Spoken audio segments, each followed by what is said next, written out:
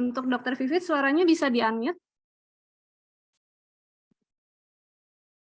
Suaranya kedengeran nggak, Dok? Dokter, suaranya ada ya? Bentar ya. Sebentar, kita tunggu dulu moderatornya untuk join.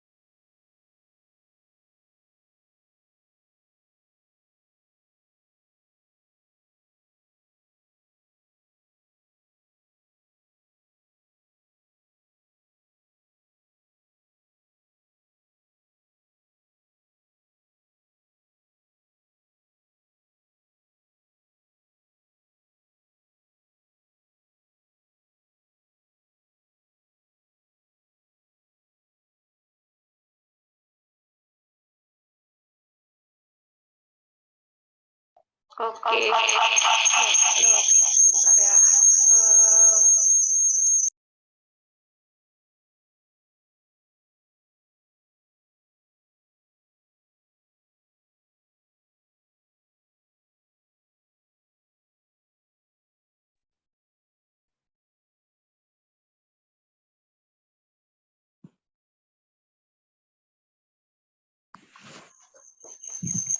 Oke, Dok, selamat pagi semuanya. Maaf ya tadi ada kendala teknis dulu.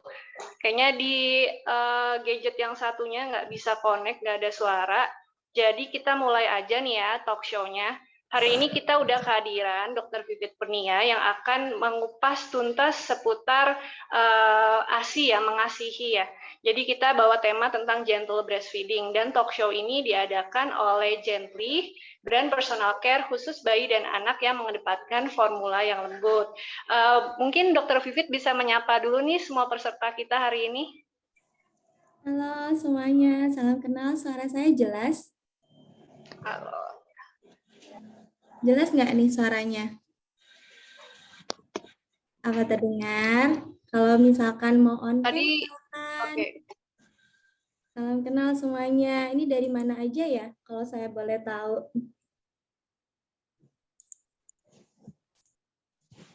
Oke, jelas ya. Oh ya, ada dari Jogja, dari Jakarta, Balikpapan jauh ya.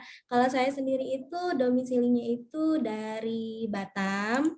Terus juga saat ini memang saya aktif untuk sebagai konselor menyusui dan juga sebagai fasilitator konseling menyusui. Jadi setiap konselor menyusui itu akan melakukan pelatihan dan kebetulan saya adalah pelatih para calon-calon konselor tersebut. Salam kenal semuanya. Ada Tanjung Pinang, kita sama dari Kepri.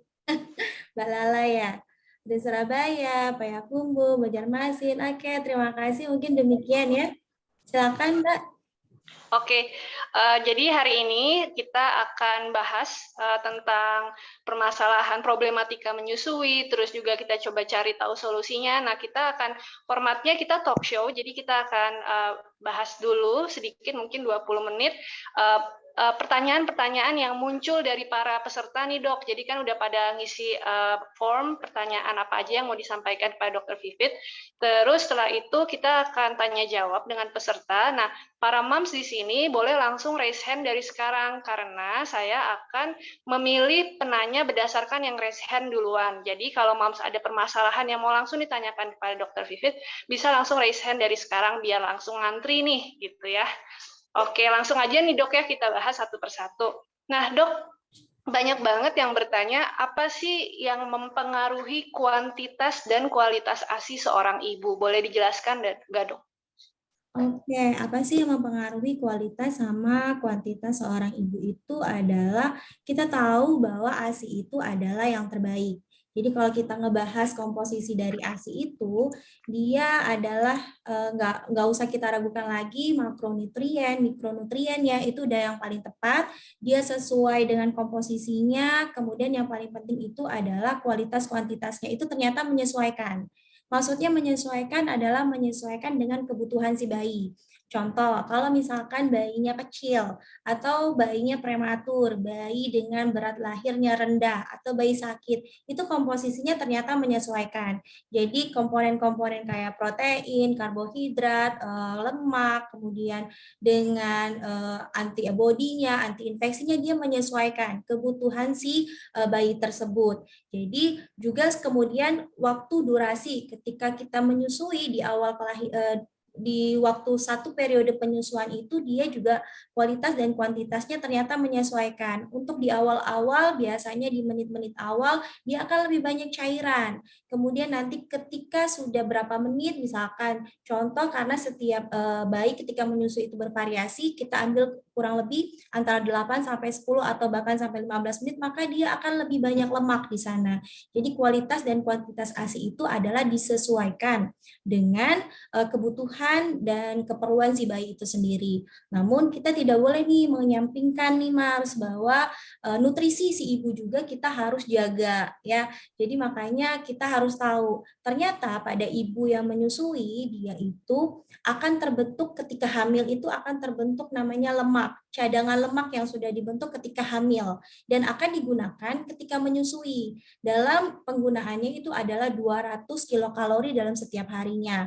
Nah, jadi dalam proses untuk pembuatan ASI dalam satu hari itu butuh 700 kilokalori ya, 700 kilokalori. Dari mana dapatnya? 200 itu adalah cadangan lemak yang sudah dibuat ketika kita hamil. Nah, jadi akan selalu digunakan sampai usia ketika kita menyusui si bayi. Nah, 500 kilokalorinya yang lainnya itu akan diperlukan dari asupan kita makan sehari-hari. Makanya penting bagi ibu menyusui itu untuk menambah makanannya itu dengan variasi, bergizi, seimbang, lengkap, beragam. Bukan maksudnya itu harus banyak makan, tapi maksudnya adalah untuk memvariasikan makannya supaya nutrisi yang didapatkan untuk membuat ASI itu jadinya lebih optimal. Mungkin demikian jawabannya. Oke, banyak yang bertanya nih dok, apakah para moms ini harus minum ASI booster gitu dari sekarang atau dari bahkan sejak hamil ya, dan sejak kapan harus minum ASI booster tuh ngaruh nggak sih ke kelancaran ASI kita kayak gitu? Oke, kalau kita ngobrolin tentang ASI booster ya, jadi memang banyak orang, banyak beredar mitos-mitos yang mengatakan bahwa ibu yang menyusui itu harus banyak makan, banyak minum, banyak istirahat, cukupin suplemen, ASI booster segala macam supaya ASI-nya banyak. Gitu kan ya, beredar mitosnya. Tapi ternyata tidak demikian. Jadi ASI itu akan diproduksi sesuai dengan hisapan si bayi. Jadi supaya ASI-nya itu banyak, perlu adalah bayinya itu menyusu. Menyusu untuk mengosongkan ASI di payudara si ibunya. Nah, dengan isapan si bayi tadi itu akan memberikan rangsangan. Jadi rangsangan sensorik pada bagian payudara mams itu nanti akan berikan sinyal dia, dikirim, dihantarkan ke dasar otak di bagian depan dari kelenjar pituitari ya, itu dia akan menghasilkan namanya hormon prolaktin untuk menghasilkan memproduksi ASI. Jadi dia akan kasih sinyal nih pada bagian ASI, di bagian ASI ada kelenjar-kelenjar ASI di sana yang untuk produksi ASI dikasih sinyal sama hormon tadi, maka dia akan memproduksi ASI. Nah, beriringan dengan bersamaan dengan itu ada hormon juga yang ngasih respon di bagian belakang di dasar otak tadi yaitu hormon oksitosin sehingga ASI-nya akan keluar. Jadi ini kerjanya simultan. Nah, jadi asupan nutrisi tadi adalah untuk ibunya supaya ibunya sehat, ya kan? Komposisi tubuh ibunya itu kuat dan ibu bisa memberikan nutrisi kepada si bayinya dengan menghasilkan ASI. Nah, jadi boleh-boleh saja bagi seorang bunda untuk mengkonsumsi suplemen ataupun misalnya ASI. Tidak ada masalah sebenarnya. Cuman itu jangan menjadi salah kaprah, menjadi oh kalau misalkan konsumsi ASI booster maka ASINya akan lebih banyak, nggak gitu konsepnya. Jadi apapun ceritanya suplemen ASI booster ataupun makanan itu adalah untuk ibunya supaya membentuk cadangan lemak ibunya untuk memproduksi ASI. Tapi produksi ASINya banyak atau tidak ditentukan oleh hisapan bayi menyusu secara langsung untuk meningkatkan produksi ASI tadi. Gitu. Oke, jadi lebih ke gizi si ibunya ya, Dok ya, biar ASINya tuh jadi bergizi dan nanti disalurkan ASINya tuh ke anaknya. Nah, berarti Dok banyak juga yang bertanya manakah yang lebih mempengaruhi dan menstimulus ASI sendiri ya? Apakah direct breastfeeding atau menyusui langsung atau harus memerah dengan tangan atau pumping dengan alat? Oke, kalau kita ngobrolin tentang mana yang paling oke, tentu saja direct breastfeeding, yaitu menyusui secara langsung. Seperti kita tahu tadi kerja dari menyusui itu adalah perlu hisapan si bayi. Ini adalah stimulasi yang sangat bagus sekali, karena dari rangsangan sensorik tadi, hisapan dan mulut bayi tadi akan ngasih sinyal ke otak.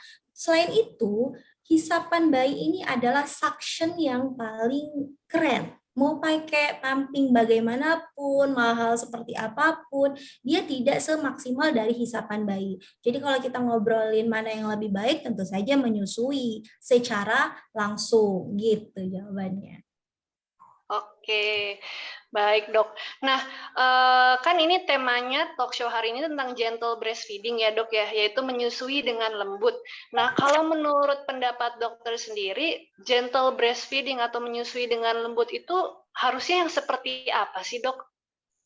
Oke, kalau kita ngobrolin tentang gentle breastfeeding, menyusui secara lembut, kita harus tahu dulu nih sebelumnya bagaimana sih anatomi dari payudara seorang ibu sebelum kita ngobrolin tentang bagaimana cara gendong, bagaimana cara bayi untuk menyusu. Jadi kita tahu dulu bahwa bayi itu ternyata menyusunya itu pada bukan pada puting, tapi pada sebagian besar dari payudara. Ini saya kelihatan nggak ya? Maju dikit, nah ya, ke Oke, sini Dok. ini adalah boneka payudara. Mungkin saya kasih gambaran. Ini ada puting, kemudian ada area yang gelap ya pada payudara kita. Semua manusia sama. Nah, di sekitar dari area yang gelap ini ada yang namanya kelenjar-kelenjar, namanya kelenjar Montgomery. Ini adalah kelenjar yang supaya dia memberikan pelumas, ibarat kata supaya nggak lecet atau misalkan supaya lebih nyaman, payudaranya juga jadi lebih lembab, demikian. Nah, kemudian yang kita nggak kalah penting itu adalah di bagian dalam. Nah, di bagian dalam ini semua wanita dia sudah diproduksi ketika hamil ya pada trimester kedua pada usia trimester pertama bahkan pada usia 16 sampai 20 minggu ya. Nah, di situ akan terbentuk namanya kelenjar-kelenjar pembuat ASI yang kita sebut dengan alveoli. Ya, ini adalah pabrik-pabrik ASI. Jumlahnya jutaan, bentuknya kecil-kecil dan banyak sekali. Semua wanita yang hamil akan diproduksi. Kemudian di situ ada saluran. Nah, saluran-saluran inilah yang nanti akan mengantarkan yang namanya ASI-ASI dalam pabrik-pabrik tadi nanti disalurkan, kemudian akan dihisap sama si bayi. Nah, yang kok bisa nih yang satunya payudaranya besar, satunya payudaranya kecil. Sebenarnya tidak berpengaruh. Yang penting adalah kelenjar-kelenjar ini semuanya sama. Besar kecilnya payudara itu hanya dipengaruhi oleh lemak dari wanita, ya kan? Nah, dan itu juga ada faktor keturunan juga, biasanya akan membentuk payudara lebih besar, payudara lebih kecil, tapi tidak masalah apapun ukurannya. Yang penting kita adalah kelenjar-kelenjar ini semua jumlahnya sama. Nah, itu ya anatominya. Jadi kita yakin bahwa semua wanita yang hamil, bahkan yang akan menyusui itu dia akan bisa memproduksi ASI. Nah, bagaimana cara menyusuinya? Kita tahu tadi bayi adalah menyusu bukan pada puting, tapi pada sebagian besar dari payudara. Nah, selanjutnya supaya kita bisa bayinya menyusu, kita tahu dong cara gendong bayi, gitu kan? Bagaimana cara gendong bayi? Saya ada boneka, kelihatan nggak ya? Ini agak turun kali ya.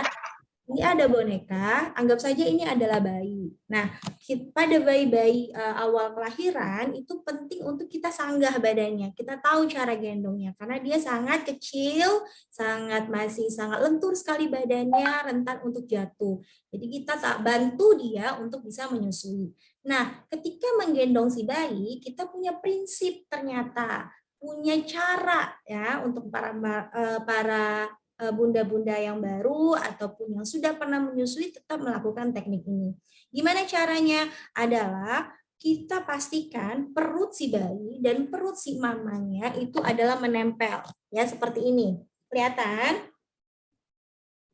Kelihatan ya? Nah, ini perutnya, perut si bayi dan perut mama ini harus menempel. Tidak ada penghalang.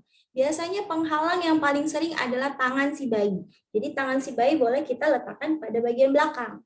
Kalau misalkan bayinya ini menggunakan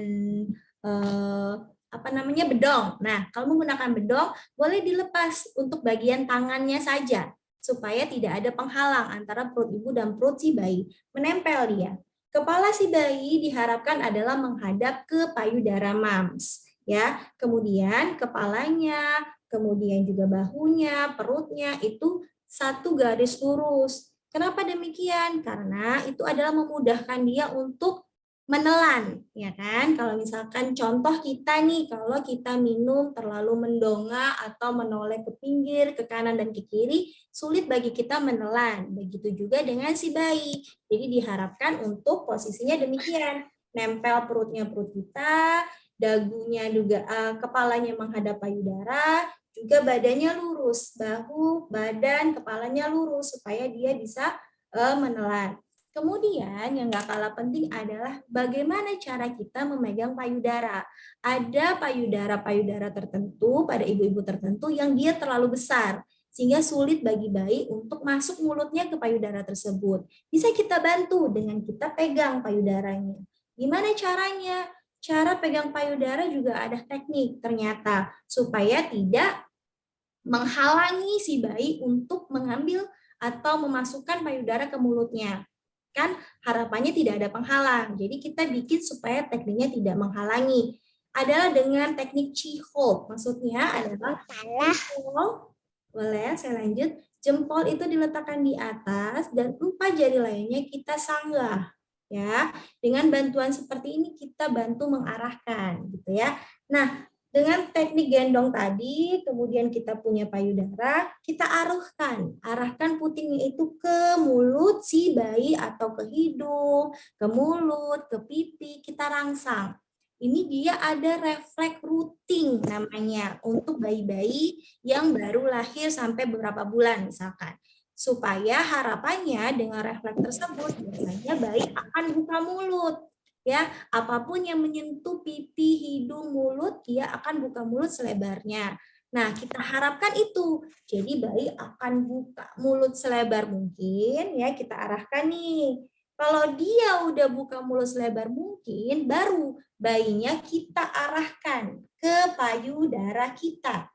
Ingat, bayi yang diarahkan ke payudara kita, bukan kita yang menunduk. Ya, kalau kita menunduk berarti kita nggak nyaman, akan membuat nyeri di bagian punggung dan sekitarnya. Jadi kita ketika menyusui harus nyaman. Nah, bayi dihadapkan, udah dapet nih dia, udah bisa mengambil payudaranya. Buktikan apakah benar perlekatannya, apakah benar cara bayi memasukkan payudara ke mulut. Nah, kita tahu nih, bagaimana cara tahunya? Cara tahunya adalah ketika bayi memasukkan payudara tadi, mulutnya terbuka terlebar. Lebarnya maksimal sesuai kapasitas dia semampu dia. Kemudian itu kita bibir atas dan bawah biasanya akan doer. Ya, dagunya juga dia akan nempel ke payudara bunda. Dan selanjutnya di bagian gelap payudara kita, disebut areola ini, biasanya yang bagian atas akan lebih terlihat pada yang ukurannya lebih besar. Tapi kalau misalkan ukurannya kecil akan masuk semuanya, tergantung payudara masing-masing. Nah, kalau udah posisinya udah oke, cara gendongnya, perlekatannya udah oke, kita pengen bukti dong, bener nggak ini cara nyusuinya? Dari mana kita tahunya kalau bayi menyusu secara efektif dan gentle breastfeeding? Kita tahunya dari bayi akan ada hisapan ya. Hisapannya itu lambat, dalam, dia akan meneguk ya. Kemudian nanti ada fase istirahat di sana. Fase istirahat supaya ASINY-nya itu terisi kembali, kemudian dia akan masas kecil-kecil. Pelan-pelan dia buka mulutnya dengan seperti lebih cepat. Itu adalah fase dia masas dan istirahat. Kemudian ketika ASI teralirkan kembali, dia akan menghisap dalam dan lagi pelan dan dalam lagi, kemudian akan terdengar suara menelan tentu saja. Nah, dengan suara menelan kita dengar, oh berarti ASINY-nya maksimal ditangkap oleh si bayi. Ya, kemudian yang nggak kalah penting itu adalah pipi si bayi itu biasanya dia akan cembung, bukan cekung. Karena kalau dia cekung, suara yang terdengar adalah decap-decap. Seperti itu. Jadi ya gitu tekniknya untuk di awal-awal karena bayi itu dia biasanya masih lemah, kita ada proses. Bagaimana cara gendongnya, bagaimana cara pegang payudara jika besar, tapi kalau kecil tidak masalah, tidak dipegang. Kemudian bagaimana cara bayi bisa memasukkan payudara itu semaksimal mungkin ke dalam mulutnya. Sehingga kalau sudah semaksimal mungkin, dia akan membentuk dot yang panjang. Ya, ini kan kita lentur nih, payudara kita tuh lentur. Nanti ketika dimasukkan ke dalam mulutnya akan membentuk dot yang panjang. Kalau dotnya panjang sampai ke langit-langit lunak, itu ASI yang diperah itu akan lebih banyak. Gitu ceritanya. Oke, jelas banget ya penjelasan dari dokter nih tentang gentle breastfeeding nih. Nah, dok, banyak banget pertanyaan yang masuk ke kami itu adalah puting saya itu datar atau mendelep ke dalam gitu ya, inverted nipple. Nah, itu gimana ya dok biar tetap bisa gentle breastfeeding?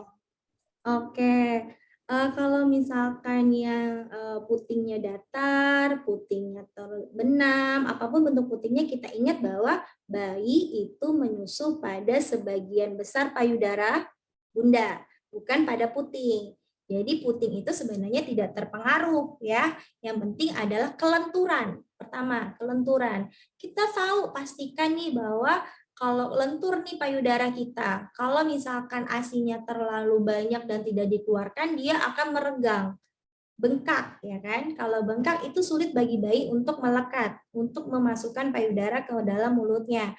Tapi kalau misalkan tidak bengkak, maka mudah bagi bayi untuk memasukkannya. Yang penting adalah lentur tadi. Nah, untuk puting datar, perlu nggak sih ada persiapan khusus nih bagi ibu-ibu hamil? Sebenarnya nggak perlu, tidak perlu dipijat, tidak perlu sampai harus dipencet-pencet atau banyaklah yang sudah dilakukan. Sebenarnya nggak perlu, justru bakalan berbahaya kalau misalkan dilakukan pada saat hamil karena akan merangsang refleks oksitosin. Refleks oksitosin ini pada ibu menyusui ini memudahkan untuk menyusui, tapi pada ibu hamil itu justru akan merangsang kontraksi, ya kan? Jadi bisa menyebabkan prematur, ya kan? Lahir lebih awal daripada waktu sebenarnya gitu. Nah, jadi pada saat hamil tidak perlu ada terapi khusus, tidak perlu ada persiapan khusus. Yang mana ketika hamil adalah belajar bagaimana cara menyusui, posisi dan perlekatan tadi.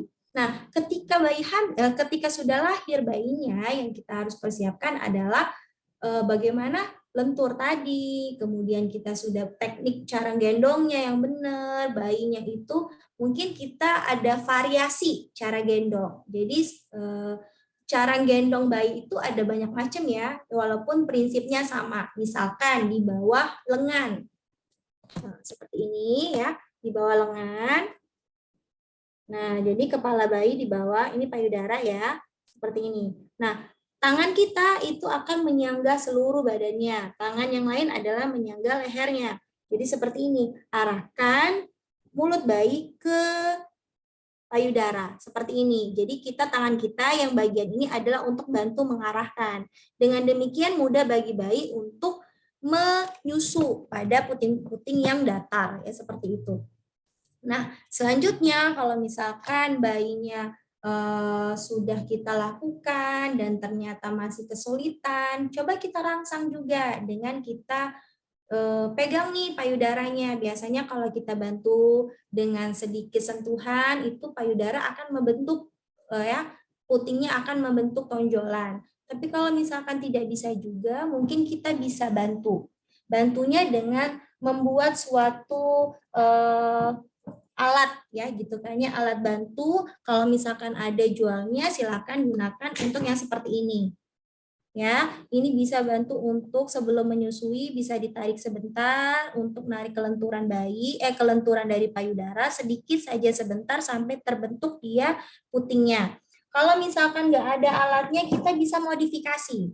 Kita bisa bikin sendiri dengan jarum suntik yang ukuran 20 seperti ini kelihatan. Nah, ukuran jarum suntik 20 ini kita lepaskan. Ya, kita lepaskan bagian belakangnya, kemudian kita potong. Ya, kita potong bagian depannya untuk sebagai pembentuk untuk bisa menarik payudara nantinya. Nah, ketika kita potong, bentar ya. Ketika kita potong dia akan lepas ya, akan lepas seperti ini. Tadi sudah saya coba lepaskan dengan cara dipotong menggunakan pisau bisa, cutter bisa. Kemudian kita tarik nih di bagian ini, kita tarik dan kita balik. Yang tadi ya area yang kita potong kita masukkan. Nah, kelihatan? Nah, sudah itu ini adalah tempat untuk kita menarik puting payudara tadi ya. Nah, bantu nih 1 menit 30 sampai 1 menit aja setiap hari boleh dilakukan. Dilakukan oleh ibu itu sendiri karena ini sakit banget. Jadi, ibu akan tahu ini nyaman atau enggak, terlalu kuat atau enggak. Jadi, dia pas komposisinya, tekanannya sesuai kebutuhan ibu. Tidak boleh sakit. Kalau sakit stop atau dikendorkan, gitu kan? Boleh dilakukan rutin dan ingat sebenarnya ketika hamil memang dia putingnya datar. Seiring waktu biasanya 1 minggu sampai 2 minggu itu dia akan lebih elastis. Jadi tindakan ini biasanya hanya untuk di awal-awal saja, hanya di minggu pertama atau paling mentok itu di minggu kedua. Selebihnya payudara akan membentuk, tidak akan datar lagi. Mungkin demikian jawabannya. Oke, jelas sekali ya. Kita sekarang akan masuk ke sesi tanya jawab ya dok ya. Ini udah mulai banyak yang bertanya, jadi kita mulai saja satu persatu nih dok ya. Kita ada 3 penanya. Saya mau buka dulu buat Ibu Mam Sukmawati. Silakan Mams, on cam boleh dan juga open mic ya. Mam Sukmawati udah bisa bertanya sekarang? Atau kita lanjut dulu ke Mams Alivia Maul ya? Ya, halo. Halo Mam, silahkan Ya. bertanya langsung ke Dokter Pipit. Ya, terima kasih atas kesempatannya. Mohon maaf saya off cam karena lagi menyusuin si kecil. Iya, silakan. Ya, dokter terima kasih atas kesempatannya. Yang ingin saya tanyakan, saya DBF dan pumping karena saya ibu bekerja. Dan untuk pemberian ASI kepada anak terpaksa harus menggunakan DOT. Kalau misalnya tanda-tanda bingung puting itu seperti apa ya dokter? Kemudian jika saat DBF bayi sering terlepas gitu untuk menyusunya, apakah itu salah satu tanda bingung puting? Terima kasih atas kesempatannya. Oke, dengan Bunda siapa tadi? Alivia, dokter. Iya. Oke, Bunda Alivia, saya mau tanya, ini sudah mulai kerja atau baru persiapan mau bekerja? Sudah kerja dokter, sudah masuk dari tanggal 2 Oktober.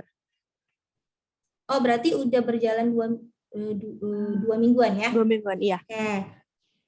Oke, sekarang adalah bagaimana manajemen ASI perah untuk ibu yang sudah kadung kerja, gitu kan ya. Kalau misalkan seperti ini, maka tetap rutin bundanya itu adalah pumping. Pumping ini nggak mesti pumping dengan alat, bisa juga dengan menggunakan payudara, menggunakan tangan kita sendiri, ya kan? menggunakan tangan, atau misalkan dengan pumping yang manual, atau bisa juga kalau misalkan punya kelebihan, bisa juga pakai pumping yang elektrik, itu terserah bebas ya. Tapi sesuai kebutuhan, sesuai kenyamanan. Mungkin di awal mungkin saya mau ajarin dulu teknik dalam memerah ASI menggunakan tangan, karena biasanya kondisi-kondisi khusus, apalagi ibu bekerja, ada kondisi di mana dia nggak bisa pakai pumping yang elektrik ataupun yang manual, butuh pakai tangan ya. Kondisi-kondisi urgent, kondisi-kondisi payudara terlalu bengkak dan terlalu nyeri, terlalu lecet, itu perlu menggunakan teknik menggunakan tangan. Caranya gampang ayah bunda, gampang banget nih bunda-bunda, karena tangan kita cuci terlebih dahulu, yang penting adalah bersih tangan kita, kemudian ini adalah kita menggunakan jempol kita dan juga telunjuk kita membentuk huruf C atau membentuk huruf U. Jadi ditekan ke belakang, ya, ditekan ke belakang ke arah dinding dada. Ya, ditekan ke belakang baru kemudian dipencet. Pencet saja bukan diserut, ya. Jadi ditekan ke belakang kemudian ditekan. Dia akan mengeluarkan, dia biasanya akan lebih mancur karena dia mengikuti dengan tenaga kita, menyesuaikan. Tekan ke belakang, mancur dianya.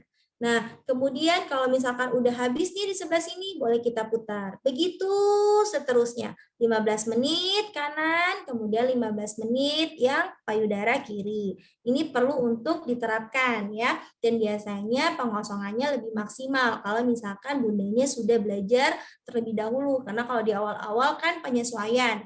Nanti seiring waktu hasilnya biasanya lebih banyak keluar dengan menggunakan tangan. Dan itu sudah saya buktikan. Selanjutnya adalah kapan nih pompanya? Misalkan Bunda Alivia ini kerjanya 8 jam, ya 8 jam. Berangkat kerja, sebelum kerja itu susui si bayinya, ya susui si bayinya secara langsung. Ya, bukan berarti kita targetnya perah-perah, tapi lupa nyusuin. Ketika bersama si bayi, bundanya harus menyusui. Kalau misalkan pagi-pagi bayinya sudah bangun, susui saja. Nah, ketika di kantor, maka atur jadwalnya. Misalkan tadi pagi kita nyusuin bayi jam 7. Contoh ya, jam 7 pagi. Nah, kita atur 2 atau 3 jam kemudian kita perah. Ya, kita perah. Jadi diperah di kantor berapapun jarak kita meninggalkan bayi, maka kita atur waktu per 2 atau 3 jam kita pompa. Ya, kalau misalkan pompanya itu ternyata kebentur sama meeting nih. Waduh, ini jam 9 jam 9 saya mau meeting. Harusnya jam 9 itu saya harusnya pompa nih. Maka boleh Bunda majukan setengah jam boleh daripada mundur. Karena habis meeting kita tidak tahu nih bakalan jam 11 kah atau jam 12 kah. Jadi durasi waktunya justru maka akan lebih longgar. Jadi atur gimana caranya bisa 2 atau sampai 3 jam maksimal. Pompa dan kemudian bagaimana penyimpanannya. Kalau misalkan udah punya di kantornya itu punya kulkas, maka bagus. Tapi kalau misalkan nggak punya, mungkin kita bisa menggunakan cooler bag. Tahu cooler bag nggak bunda-bunda di sini? Tahu ya, jadi ada tas yang isinya ada aluminium foilnya di sana. Nah, ASI tadi yang sudah kita perah tadi, kita masukkan ke dalam botol. Bebas, mau pakai botol kaca boleh, mau pakai plastik juga boleh, mereknya apa juga boleh. Yang penting adalah kalau menggunakan botol kaca itu harus bersih. Ya, harus bersih dan ditutup rapat. Kemudian, hasil pompa yang tadi Bunda adalah simpan tidak terlalu penuh sampai ke atas. Tidak terlalu penuh sampai ke atas. Karena kalau misalkan dia di dalam kulkas, dia akan memuai, dia akan naik dan nanti akan membuka si tutup botol ini. Kalau terbuka, maka tentu saja kontaminasi bakteri. Jadi seperlunya saja, ya. Nah, kemudian disimpan. Di mana simpannya? Kalau di kulkas bisa.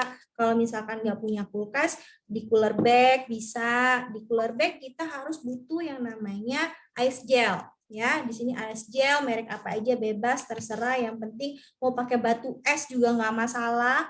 Kemudian juga pakai ini ya, ada cooler bag, kita masukkan nih ice gel tadi ke dalam atau batu es tadi, kita rapatkan nih botol-botol tadi, ASI perah yang sudah kita lakukan tadi, kita simpan di dalam tersebut. Kalau nggak ada ice gel, ice pack boleh juga, terserah bebas. Kemudian kita tutup rapat. Ingat, kalau sudah ditutup rapat, tidak usah terlalu sering dibuka tutup. Kalau terlalu sering dibuka tutup, itu akan menyebabkan temperaturnya itu mudah sekali berubah. Nah, kalau berubah akan sulit untuk penyimpanan nantinya. Nah, sampai di rumah, apa kabar di ASI perah tadi? ASI perah yang sudah kita lakukan di kantor tadi boleh disimpan di kulkas, di bagian tengah, atau kita sebut dengan chiller ya, bukan freezer. Karena itu adalah ASI yang akan kita gunakan buat besok. Kita bukan bikin stok ASI perah di kulkas sampai berbanyak-banyak, bukan. Itu bukan tujuan kita. Tujuan kita adalah bayi mendapatkan nutrisi terbaik, ya, fresh dianya. Jadi ASI yang tadi diperah masukkan ke kulkas untuk diberikan besok ketika Bunda bekerja. Ketika ketemu sama si bayi, bundanya mandi dong, udah bersih, udah rileks, ayo nyusu. Nyusu langsung sama si bundanya. Biasanya bayi itu akan lebih antusias dianya. Oh ini nih tempat aku menyusu, pabriknya langsung. Dia akan memuaskan dahaganya. Walaupun misalkan di jarak 8 jam itu, dia sedikit menyusunya dengan ASI perah tadi, nggak masalah, karena ketika ketemu sama bundanya langsung dia akan memaksimalkan asupan tersebut. Sampai malam terus nyusuin langsung. Ya. Nah, yang jadi pertanyaan lagi itu adalah ketika Bunda kerja, ASI perah tadi tentu saja yang kasih adalah anggota keluarga kita yang lain yang membantu gitu kan. Menggunakan apa? Menggunakan DOT. Ternyata kalau menggunakan DOT itu akan membuat bayi bingung puting Bunda. Jadi kita punya alternatif. Caranya bagaimana? Di sini saya punya yang namanya gelas-gelas kecil ya. Kelihatan nggak ya? Ini ada gelas kecil, kecil banget ya. Ini kelihatannya gede, tapi sebenarnya dia kecil banget ya, segini. Nah, ini adalah gelas kecil, gelas kaca, atau bisa juga ada yang dijual di bebas, terserah di mana, ada namanya cup feeder, dia terbentuk dari plastik juga boleh. Kalau punya gelas-gelas apapun yang kecil-kecil boleh digunakan. Nah, kita ajarkan biasanya, bukan kita yang ngasih ASI perah tadi kan, anggota keluarga kita tuh harusnya tuh belajar dulu. Jadi ada persiapan sebelum bundanya itu bekerja. Misalkan 2 minggu atau 2 minggu sebelum kerja itu udah belajar. Anggota keluarganya belajar untuk bagaimana memberikan ASI perah tadi menggunakan gelas. Ya, caranya itu bagaimana? Posisi si bayi ya. Posisi bayi itu adalah agak tegak sedikit. Kita gendong dengan agak tegak ya. Seperti ini, kelihatan? Kelihatan ya, saya arahan dikit ya. Nah, gelas tadi yang udah terisi dengan ASI perah misalkan segini ASINya. Cukup kita tuangkan saja ke bibir si bayi ya. Kita tuangkan ke bibir si bayi. Kita tempelkan. Ulang ya. Kita tempelkan saja ASI perah tadi ke bibir si bayi dan biarkan dia mengambil sendiri ASI perah tadi. Ya, kita pegang kayak gini, nanti dia akan mengambil dengan lidah. Ya, dengan lidahnya sendiri nanti lama-lama akan habis. Bukan dituang. Kalau dituang justru akan menyebabkan bayinya kesulitan. Dia akan gelagapan, dia akan tersedak, itu akan membahayakan. Apalagi bayi-bayi yang sangat baru lahir. Jadi biarkan dia ngambil sendiri. Dia akan menjulurkan lidahnya, karena kan tadi ASINya kan nempel. Di bagian ini akan menyentuh bagian bibir bawahnya. Dia akan tercium, kemudian dia akan coba nih, kayaknya bau-bau ASI ya, dia akan coba ambil dengan lidahnya. Lama-lama akan habis. Ini berproses, kita tidak bisa instan bayinya langsung pintar. Biasanya kita belajar sehari sekali, besok ditingkatkan 2 kali, besoknya lagi 3 kali. Makanya butuh 2 minggu sebelum bundanya bekerja untuk mempelajari ini. Ya, jadi lama-kelamaan bayi akan pintar menggunakan gelas ini. Kalau misalkan sudah terlanjur seperti sekarang, nggak masalah juga, bisa pakai sendok, gitu kan? Tekniknya tenang, sama, tidak boleh dituang, harus biarkan bayi sendiri yang ngambil. Atau misalkan pakai pipet untuk sementara sembari belajar. Ya, kalau misalkan menggunakan botol dot, setiap bayi itu sensitivitasnya berbeda, Bunda. Kenapa? Ada bayi yang udah terpapar dot, udah 3 bulan, 4 bulan, dia nggak bingung puting. Ada bayi yang baru kenal sekali aja dia bingung puting. Tapi ingat, walaupun udah 3-4 bulan dia tidak bingung puting, tapi cara dia menyusu ternyata sudah berbeda dan akan lambat laun dia akan bingung puting juga tanpa Bunda sadari. Ya, nah, hisapannya biasanya seperti yang sudah terjadi tadi, Mbak Alivia rasakan tadi, dia akan putus-putus, lepas-lepas, karena dia lupa cara menyusu. Tadi kan saya peragakan bahwa bayi itu ketika menyusu, dia harus buka mulut lebar, nanti dia akan tarik, dia gunakan 11 otot, pipinya, lidahnya, rahangnya, dagunya, mulutnya, banyak sekali. Sedangkan kalau menggunakan botol dot itu hanya menggunakan satu otot, buka mulut aja dia, dan alirannya tanpa perlu usaha biasanya akan deras dan keluar sendiri. Kalau menyusui dia butuh effort lebih. Nah, seperti itu yang terjadi. Maka biasakan untuk menggunakan alat-alat yang lain seperti cup feeder atau gelas atau sendok atau misalkan alat yang lainnya yang ada di rumah. Gitu jawabannya. Oke, sangat jelas ya, Moms Alivia ya. Jawabannya sangat menyeluruh banget nih, Dok. Nah, kita langsung ke penanya kedua ya, ada Moms Desi di sini. Moms Desi bisa bertanya sekarang. Mungkin sebentar, Bunda Alivia-nya ada yang ingin ditanya lagi nggak? Apakah sudah tuntas gitu? Untuk selain yang terlepas-lepas itu berarti kalau misalnya bingung puting itu apa pengaruh nanti juga ke berat badannya ya, Dok? Dipantau maksudnya. Kalau bayi bingung puting itu. Kalau bingung puting kan berarti dia kesulitan dalam menyusu ya. Nah, tentu saja pengeluaran ASI-nya tadi di payudara MAMS itu nanti dia akan tidak maksimal. ASI-nya yang akan keluar jadi dia lebih sedikit. Nah, lama-kelamaan itu kan nanti dia ngasih sinyal ke otak nih. Sinyal ke bagian kelenjar pituitari tadi di dasar otak di hipotalamus. Nanti hormon oksitosin dan hormon prolaktin nanti kasih sinyal. Lama-kelamaan produksi ASI akan menurun. Itulah yang bahayanya. Lama-lama kalau misalkan dia tidak mendapatkan cukup ASI, tentu saja berat badannya tidak naik gitu. Itu bahayanya. Makanya harus menggunakan teknik yang benar supaya bayinya dengan media lain selain dari dot supaya bayinya bisa tetap memaksimal mengambil ASI di dalam payudara mamanya supaya produksi ASI tetap meningkat gitu. Baik, terima kasih banyak dokter jawabannya. Sama-sama. Oke, kita lanjut ke Moms Desi. Apakah bisa bertanya sekarang? Iya, selamat siang dokter. Selamat siang. Ya, aku mau tanya sih beberapa hal. Yang pertama, bayiku tuh kebetulan umurnya masih 21 hari dan full DBF.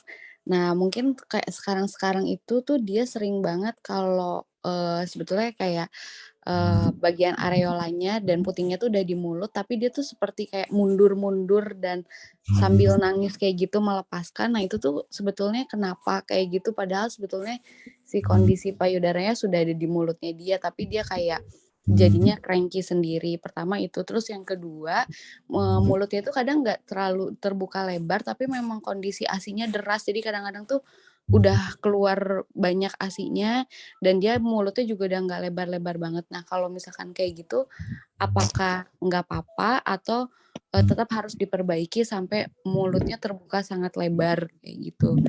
Dan yang ketiga, biasanya tuh saya suka menampung ASI di di breast penampung ASI itu. Nah, kalau misalkan ASI-nya itu kita biarkan di ruangan dulu gitu, di suhu ruangan dulu, itu biasanya tahannya berapa lama? Karena biasanya kan saya akan menampung ASI itu per sesi ya, per sesi menyusui misalnya per 3 jam. Tapi karena si kantung ASI-nya itu belum terlalu penuh, jadi biasanya saya nggak masukin dulu ke dalam chiller gitu. Nah itu biasanya tahan berapa lama di suhu ruangan, dan kalau misalkan udah masuk ke dalam chiller, itu apakah expiry-nya jadi berubah? Jadi maksudnya adalah ketika di suhu ruangan misalkan aja 1 hari, nah kemudian ketika masuk ke dalam chiller apakah otomatis berubah expiry-nya jadi 3 hari atau berapa hari. Kayak gitu sih, Dok. Terima kasih. Terima kasih, banyak ya pertanyaannya. Saya jawab satu persatu. Tadi yang saya ingat yang pertama adalah bayinya itu lepas-lepas, cranky, nangis, walaupun udah udara di dalam mulut gitu ya. Iya, betul. Nah, jadi gini, kadang-kadang gimana ya? Si bundanya sendiri itu, Mbak Desinya sendiri itu ada bikin jadwal nyusuin nggak? Iya, biasanya 2 atau 3 jam. Oke, jadi gini, prinsip menyusui itu adalah responsif feeding, ya. Mau dia ASI, mau dia MPASI, adalah responsif feeding. Biarkan bayi menentukan sendiri kapan dia mau menyusui. Memang betul bahwa kapasitas lambung bayi itu biasanya per 2 jam itu sudah mulai habis dia mau nyusu lagi, jadi dia mau lapar. Tapi biarkan bayi sendiri yang menentukan ini waktu yang tepatkah buat dia nyusu atau sebelumnya atau masih full nih perutnya, dia belum mau menyusu, makanya dia menolak. Jadi saran saya adalah walaupun kita tahu per 2 jam itu biasanya, ini biasanya ya pada bayi, bukan semua bayi itu dia langsung lapar, jadi adalah biarkan bayi menentukan kapan dia mau menyusu. Boleh Bunda tawarkan payudara dengan cara digendong, arahkan ke putingnya, arahkan puting kita ke mulutnya. Kalau memang dia mau menyusu, maka dia akan menyusu. Tapi kalau dia tidak mau menyusu, nggak apa-apa, tempel aja. Kita jadinya kontak kulit ke kulit, bikin dia nyaman, bikin dia tenang. Kalau dia sudah pengen nyusu, maka dia akan menyusu sendiri, gitu. Nanti dia akan tahu, oh aku lapar, ini udah ada payudara, udah ada ASI di depan mataku, aku mau nyusu. Tapi kalau belum, maka kita akan bikin bahwa ini adalah kenyamanan. Dengan skin to skin, tawarkan payudara tadi akan meningkatkan bonding. Walaupun dia belum mau menyusu, maka dia akan lebih tenang dan biasanya jadinya nggak rewel. Nah, itu pertanyaan yang pertama. Yang kedua tadi apa ya? Lupa saya. Apa ya tadi Mbak Desi? Yang kedua mungkin dibantu sama moderatornya tadi apa ya yang kedua? Tadi itu sering lepas-lepas ya dok, ya udah dijawab ya? Udah, yang kedua? Yang kedua itu ini sih dok, jadi karena ASINya itu cukup deras, kadang-kadang tuh anaknya bukaan mulutnya nggak terlalu besar, tapi dia tuh udah ASINya udah keluar terus. Nah, apakah tetap harus dimaksimalkan bukaan mulutnya atau ya sudah secukupnya, senyamannya dia aja walaupun nggak sampai full areolanya, tapi dia nggak nipple feeding ya, tetap diusahakan kayak breastfeeding gitu. Oke, nah ini biasanya yang terjadi adalah ketika overfeeding ya, misalkan overfeeding, ASINya banyak keluar. Kasus ini sering terjadi pada bunda-bunda yang rutin pompa di awal kelahiran. Padahal kapasitas lambung bayi itu kan kalau kan tadi saya bilang bahwa ASI itu menyesuaikan kebutuhan si bayi. Kalau bayi baru lahir, dia ASINya sedikit, namanya ASINya kolostrum. ASINya dikit banget, paling banyak itu cuman 1 sendok teh gitu kan ya keluarnya. Seiring waktu dia akan semakin banyak gitu kan, menyesuaikan dengan kapasitas lambungnya. Tapi kalau misalkan bundanya sudah di awal kelahiran itu sudah pompa-pompa, maka dia akan meningkat drastis nih volume dari produksi ASI tadi. Tidak sesuai dengan si kebutuhan bayi, akhirnya jadi overfeeding dan jadinya lebih deras nih ngalirnya, padahal belum waktunya. Nah, caranya bagaimana? Caranya adalah mungkin teknik cara gendong bayinya kita perbaiki. Kalau misalkan dengan langsung kita gendong seperti ini, seperti biasanya, maaf ya, dengan langsung seperti ini dia adalah terlalu deras, jadi kayak gaya gravitasi gitu kan ya, gaya gravitasi dan bayi akan gelagapan. Nah, bisa kita siasati dengan menolak gaya gravitasi. Caranya adalah dengan bunda berbaring setengah duduk seperti ini, ya dari pinggir ya, setengah duduk dengan bantalan di bagian belakang, setengah baring atau misalkan duduk bisa, dan bayinya adalah di atas payudara kita seperti ini. Nah, dengan gini kan akan menolak gravitasi. Tentu saja aliran itu tidak sederas ketika kita menyusu dengan cara teknik di bawah seperti ini. Itu yang pertama bisa dilakukan. Kemudian untuk pompa tadi, kalau memang misalkan bundanya ini di rumah saja atau belum bekerja atau cutinya masih panjang, lebih dianjurkan untuk menyusui saja secara langsung. Pompanya nanti kalau memang misalkan sudah mau deket-deket kerja, udah misalkan 2 minggu atau 1 bulan sudah mau kerja, mungkin baru kita berproses untuk belajar perah. Tapi selama dengan bayi, lebih baik adalah disusui secara langsung kayak gitu. Terjawab nggak ya? Terjawab sih dok, tapi memang kebetulan saya belum pompa sih dok, jadi hanya menampung ASI yang menetes aja sih dok gitu. Oke, kalau gitu berarti tekniknya tadi posisinya adalah kita melawan gravitasi tadi ya. Seperti itu dengan teknik reclining setengah duduk tadi. Lalu pertanyaan ketiga tadi apa ya?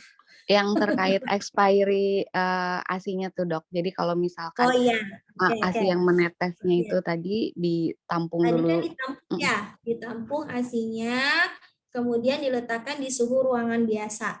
Kalau misalkan ditaruh di suhu ruangan biasa dan kemudian itu biasanya bisa sampai 4 jaman ya. Bisa sampai 6 jam sih sebenarnya, 4 sampai 6 jam. Bisa di suhu ruangan biasa tapi suhu kita tidak terlalu panas, misalkan 25 derajat ya seperti itu ya.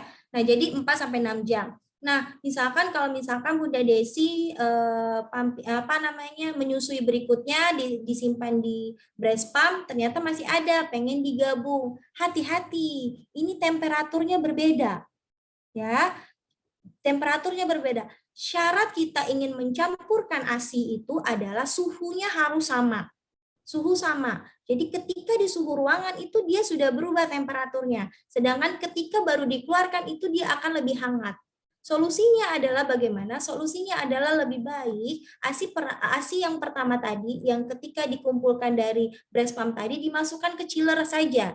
Jadi suhunya demikian, ya sesuai suhu chiller kita yang di bagian dalam tentunya. Terus kemudian hasil yang berikutnya itu kalau mau digabung masukkan dulu ke dalam chiller tadi. Nah, ketika sama suhunya baru kita gabungkan. Sudah digabungkan boleh kita simpan di dalam freezer. Jadi kita samakan terlebih dahulu suhunya. Kalau langsung itu beda suhunya. Ketika baru dikeluarin itu dia lebih hangat dibandingkan yang sudah digeletakin di suhu ruangan. Gitu. Jadi kalau misalkan digabung maka akan mempengaruhi kualitas dari si ASI. Ya, jadi saran saya adalah tetap pada suhu yang sama. Gitu jawabannya. Oke, Mams Desi udah berarti ya. Kita lanjut ke penanya yang pertama tadi saya sempat sebut. Mams Sukmawati udah bisa join, udah bisa unmute belum? Kalau enggak, kita lanjut ke Mams Julia. Mams Julia boleh open mic. Mams Julia ada? Kalau enggak, udah ada ya? Silakan Mams. Oh iya, dokter saya mau bertanya, saya kan sedang hamil 29 minggu, terus ASI saya sekarang udah rembes-rembes gitu. Nah, apakah yang rembes itu kolesterumnya? Terus nanti kalau misalnya udah melahirkan, apakah masih ada kesempatan buat ngisi kolestrum ke bayinya? Terus tanda rembes-rembes kayak gini, apakah ini menandakan kalau besok itu ASInya bakal lancar atau masih ada kemungkinan bisa jadi seret? Terus sekarang putingnya itu kayak gatel-gatel gitu, sering gatel. Terus di sampingnya itu kayak ada gerenjelan-gerenjelan gitu. Itu normal? Terima kasih. Oke, saya jawab ya dari Mbak Julia ya. Iya. Ya dari Bogor. Mbak Julia, memang tadi kita ada jelasin bahwa pembentukan ASI itu sudah dari mulai usia trimester pertama, usia 16 sampai 20 minggu. Nah, itu dia biasanya baru pembentukan dari sel-sel pembentuk ASI ya, kayak alveoli, kemudian ductusnya, yaitu ada saluran-salurannya, dia akan semakin banyak. Tapi biasanya ASI-nya itu belum keluar ya, karena ada pengaruh dari hormon ketika kita hamil, yaitu tingginya hormon estrogen dan juga hormon progesteron. Ya, nah itu akan ditekan walaupun sebagian ada juga, dan ini normal pada ibu-ibu yang ASI-nya sudah keluar dianya, nggak masalah, itu namanya ASI kolostrum dianya. Apakah ini akan pasti bayinya itu akan menyusuinya baik? Belum tentu, karena ada proses kedua ketika bayi lahir, ya kan, ketika kita potong tali pusat, ya kan, potong tali pusat itu hormonnya langsung berubah drastis. Hormon estrogen, progesteron yang tadinya tinggi, mendadak dia akan turun dan digantikan sama yang namanya hormon prolaktin tadi. Pada saat itulah ASI itu biasanya akan dikeluarkan, mudah bagi bayi untuk mendapatkan kolostrum tadi. Walaupun kadang-kadang orang bilang, kok kayaknya ASI-ku nggak keluar, mustahil. Karena ini adalah manusiawi, normal, dan pasti semuanya mengalami tanpa disadari, karena tadi komposisi ASI-nya bentuknya itu sangat sedikit sekali sesuai dengan kapasitas lambung bayi. Jadi tanpa sadar ternyata ada, bundanya aja yang nggak tahu. Nah, jadi setelah bayi itu lahir, keluarlah ASI tadi, bergantilah hormon tadi. Nah, selanjutnya pada hari ke-3 sampai ke-8 kan itu masih sesuai dengan hormon si ibu tadi ya, masih perubahan antara hormon tadi, hamil dan kelahiran, maka bayi akan mendapatkan kolostrum. Setelah hari ke-8, menyusui itu sangat dipengaruhi oleh hisapan si bayi. Kalau bayinya nyusunya sering, produksi ASI akan semakin tinggi. Kalau bayinya tidak menyusu, lama-kelamaan produksi ASI akan menurun dan bahkan stop gitu. Nah, untuk masalah bunda tadi yang hamil nggak masalah, itu dia ada sebagian bunda juga seperti itu dan itu wajar karena pengaruh hormonnya mungkin yang hormon prolaktinnya lebih tinggi. Nah, jadi saran saya syukur kalau misalkan bundanya bisa ditampung untuk persiapan nanti dikasihkan kolostrum pada saat bayi lahir juga nggak masalah. Boleh-boleh saja dan ini sangat bermanfaat sekali gitu kan ya. Tapi kalau misalkan bundanya khawatir, justru nggak perlu khawatir, ini adalah hal yang normal. Nah, selanjutnya kita jangan merasa legowo, oh aku udah banyak nih kolostrumnya, aku nanti banyak ASI-nya, belum tentu, karena tadi prosesnya tadi adalah ketika hari ke-3 sampai ke-8 akan digantikan proses tidak lagi dipengaruhi oleh hormon ibu, tapi dipengaruhi oleh hisapan si bayi. Jadi kita saling berproses dan berusaha untuk memberikan, seperti itu tekniknya. Gitu. Terjawab? Terus soal yang kondisi putingnya kayak sering gatel, terus di pinggirannya itu kayak ada gerenjalan-gerenjalan gitu, normal nggak? Oh, ya biasanya itu karena tadi kan di sekitar dari puting payudara dan juga areola itu kan ada kelenjar Montgomery namanya. Itu adalah kelenjar yang menghasilkan minyak biasanya biar supaya payudara lebih lembab. Gak apa-apa, rutinkan saja. Kalau misalkan pas mandi boleh itu dibersihkan, tapi nggak jadi mau dibersihin terus. Nah, yang kedua adalah pastikan bahwa kita menggunakan bra-nya itu sesuai ukuran, tidak terlalu ketat, tidak juga terlalu longgar, supaya kelembapan dari payudara kita juga lebih baik. Nah, kemudian juga kita adalah rutin menggantikan juga bra tersebut, biasanya akan lebih nyaman dan rasa gatal biasanya akan berkurang, karena pada ibu hamil itu rasa gatal biasanya akan lebih sering, nggak hanya pada payudara, bisa pada perut, bisa pada leher, bisa pada anggota tubuh yang lain. Demikian jawabannya. Baik, dari Moms Julia udah cukup jelas, Moms? Ya, sudah cukup. Terima kasih. Oke, Dok, di sini masih ada 2 orang yang raise hand, Dok. Apakah mau dijawab? Karena ini udah penghujung acara ya. Terserah moderatornya, saya ikut aja. Paling kita batasin satu pertanyaan aja dari Mom Musifah sama Kurota, 1 pertanyaan aja. Okay. Silakan Mom Musifah. Iya, terima kasih. Dok, saya mau tanya, ini kan usia bayi saya 1 bulan.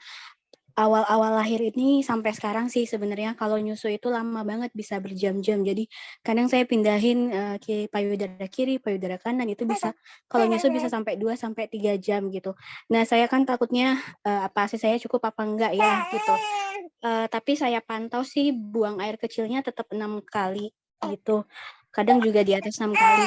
Nah, cuman untuk BAB-nya itu enggak tiap hari, Dok. Kadang 3 hari sekali, kadang juga 4 hari berturut-turut tiap hari BAB, besoknya enggak gitu. Maksudnya ini apakah normal atau bayi saya sedang growth spurt atau ASI saya kurang, saya bingung gitu, Dok. Iya, mungkin dokter ada saran atau mungkin ada info yang biar saya bisa tenang gitu, Dok. Makasih. Iya, baik saya jawab ya, Bunda Mufsiha. Salam ya buat dede bayinya. Kayaknya suaranya ikutan. Oke, jadi gini, kalau misalkan kita gendongnya udah bener nih, perut bayi, perut ibu nempel, kepala bayi juga udah ngadep ke payudara kita. Ini untuk khusus di bawah 2 bulan ya, karena kalau misalkan lebih dari 2 bulan biasanya posisinya udah nggak jelas lagi nih, bayi udah bisa scrolling, udah bisa posisi macam-macam. Nah, terus jadinya kita udah posisiin, kita gendong dengan posisi yang tepat. Kemudian kalau memang payudaranya besar, boleh kita bantu sangga untuk memudahkan bayi. Kemudian perlekatan tadi, ingat bahwa kita harapkan sebelum bayi itu ambil payudara, dia harus buka mulut lebar. Ya, ini poin yang sangat penting sekali. Kenapa kita harap dia buka mulut lebar? Supaya maksimal. Karena payudara kita ini dia elastis, ini bisa ditarik jauh loh. Jauh bahkan sampai ke langit-langit lunak. Coba deh bunda-bunda semua yang ada di sini, sentuh lidahnya ke bagian atas. Itu adalah langit-langit keras. Keras semuanya, ya kan? Kemudian agak mendorok ke belakang, jauh agak ke tenggorokan, itu adalah langit-langit lunak. Nah, kita harapkan adalah ketika bayi menyusu adalah puting dan payudara ini akan sampai ke ujung langit-langit lunak. Jadi dia akan menarik maksimal. Panjang, ini akan sangat panjang sekali payudara, semua payudara akan seperti itu. Nah, kalau misalkan demikian, maka hasil pompaan dari mulut si bayi tadi dia akan maksimal. ASI yang dikeluarkan juga maksimal. Tentu saja dengan durasi waktu sepersekian menit, setiap anak itu berbeda ya. Dia ada yang butuh waktu 30 menit untuk menghabiskan satu payudara, ada yang 15 menit untuk menghabiskan satu payudara, tergantung. Dan itu durasinya hanya sekitar itu. Jadi 15 sampai 30 menit ini masih wajar-wajar saja dan itu normal gitu, kayaknya bayi menghabiskan waktu itu. Tapi kalau lebih dari itu, lebih dari 45 menit dan durasinya berkepanjangan, berarti adalah perlekatannya yang harus kita perbaiki. Pastikan bayi tadi buka mulut lebar supaya dia mengambil ASI tadi maksimal. Kalau enggak maksimal, maka akan terjadi seperti itu, di mana ASI yang keluar sedikit, bayinya jadi lambat, dia lapar, akhirnya dia mau nempel terus dan nyusu terus, karena ASI yang didapat nggak maksimal, nggak sebanyak yang kapasitas dari lambung dia. Jadi yang diharuskan adalah perbaiki perlekatannya. Demikian yang harus kita lakukan. Gitu, Bunda Mufsiha. Oke, sudah menjawab, Moms? Satu lagi tadi ya, terkait dengan berat badan. Nah, terkait dengan kecukupan ASI. Nah, setelah kita lakukan proses ini, tanda kecukupan ASI itu adalah yang jelas memang ada 2 ya, yang akurat itu adalah 2. Bukan berarti payudara lembek, bukan berarti bayinya rewel, itu artinya ASI-nya nggak cukup. Yang penting adalah 2. Berat badannya naik sesuai kurva pertumbuhan sama berat air kencing tadi, kayaknya buang air kecilnya lebih dari 6. Ingat, lebih dari 6 ini hanya bisa kita pantau sampai waktu usia 1 mingguan lebih. Kalau misalkan usianya sudah lebih dari itu, yang paling akurat itu adalah dari kenaikan berat badan sesuai kurva. Jadi kita punya KMS di sana sesuai kurva kah, apakah dia naik ngikuti garis ataukah dia turun naik ataukah dia turun? Kalau turun naik atau dia stagnan, dia luruskah, turun naikkah, atau dia turun aja, ini sangat harus kontrol, konsultasi ke dokter spesialis anak. Ya kan, berarti dia tidak mendapatkan cukup ASI.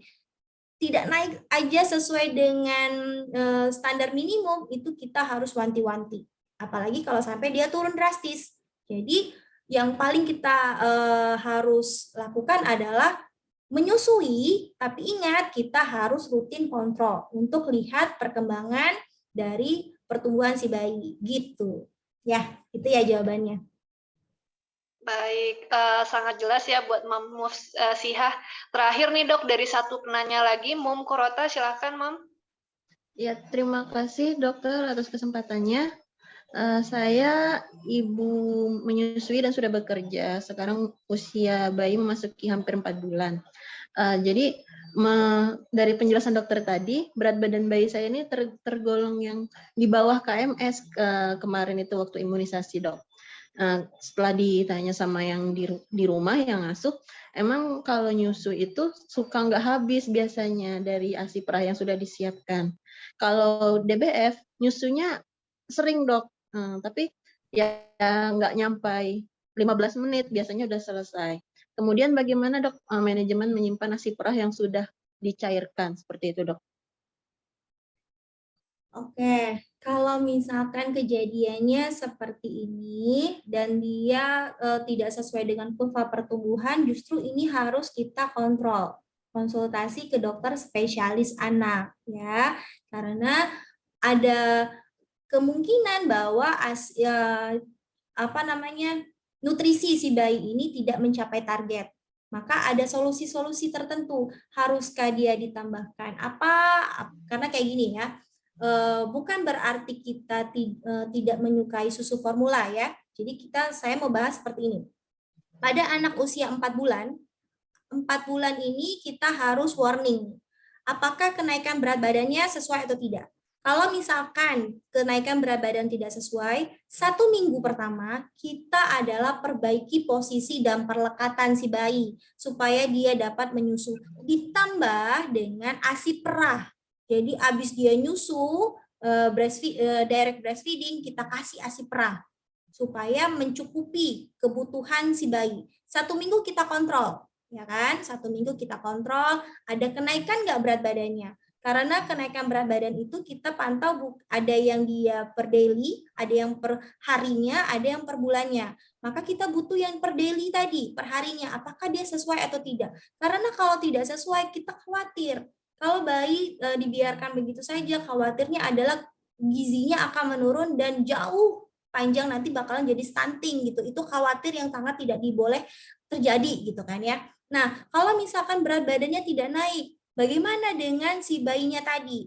Apakah dia sudah ada respon untuk makan? Sudah ada tanda kesiapan dia untuk makan? Biasanya kalau memang dilihat dengan si bayinya, kurva pertumbuhannya, dia udah ada tanda kesiapan, biasanya akan dimasukkan dengan pemberian MPASI dini, ya, yaitu usia 4 bulan itu sudah boleh dianjurkan, tapi tergantung case by case ya, ini tidak secara umum, tergantung kondisinya, bagaimana berat badannya, tanda kesiapan si bayinya. Nah, kalau sudah kita lihat ternyata bayinya ini bisa untuk dikasih MPASI dini, maka biasanya akan dikasihkan. Dan setelah itu kalau misalkan dia sudah naik berat badannya, kita evaluasi lagi. Habis itu kalau misalkan sudah dievaluasi, baru kita akan turunkan lagi MPASI-nya dan kita akan menyusui. Untuk mengejar saja, untuk beberapa supaya berat badannya itu mengikuti kurva pertumbuhan.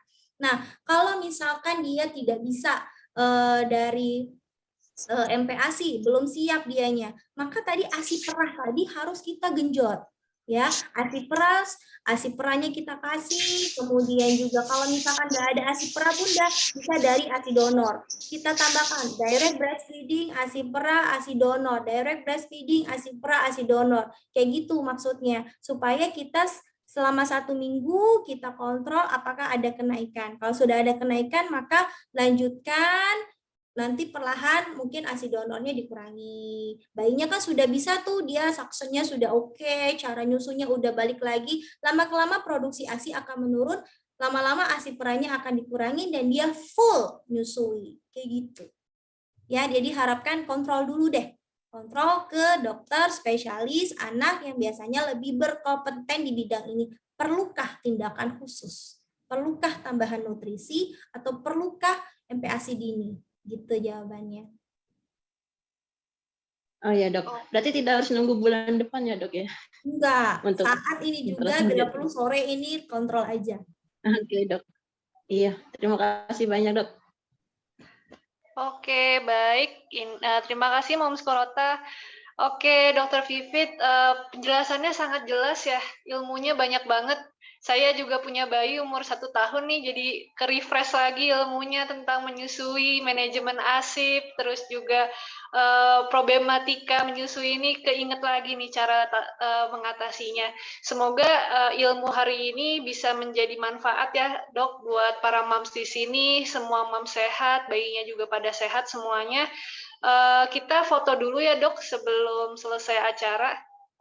Yes. Oke, para moms di sini boleh open cam. Kita foto dulu sama-sama. Boleh open cam. Kita foto dulu ya. Pada mau open cam atau pada lagi malu-malu nih? Ayo, Boleh kalau ada aja. dede bayinya diliatin juga boleh ya. Saya ada boneka juga nih, dede bayi. Dede bayi boneka. Oke. Udah semua? Oke, di sini ada Mbak Alia. Mbak Alia boleh kasih aba-aba kalau udah foto halaman pertama dulu ya. Ya, boleh. Siap. Senyum.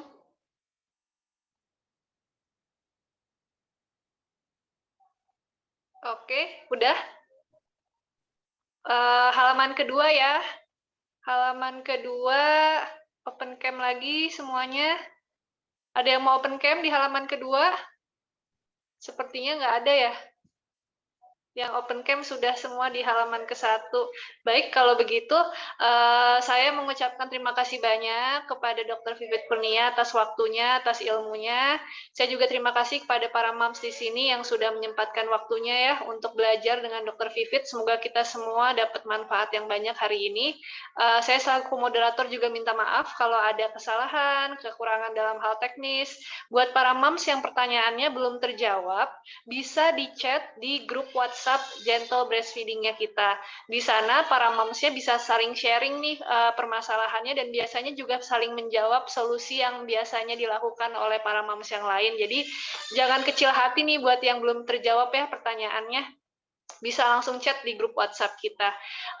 Tetap join di grupnya Gentle Breastfeeding kita, karena kita akan rutin setiap bulannya ada talk show, ada cool wap juga, kuliah WhatsApp bersama para expert.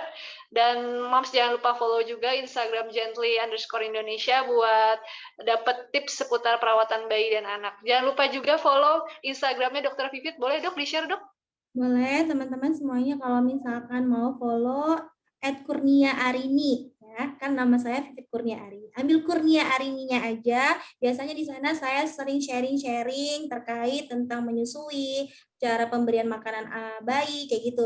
Jadi semoga menjadi jalan untuk bunda-bundanya terjawab pertanyaan-pertanyaannya gitu. Silakan, monggo.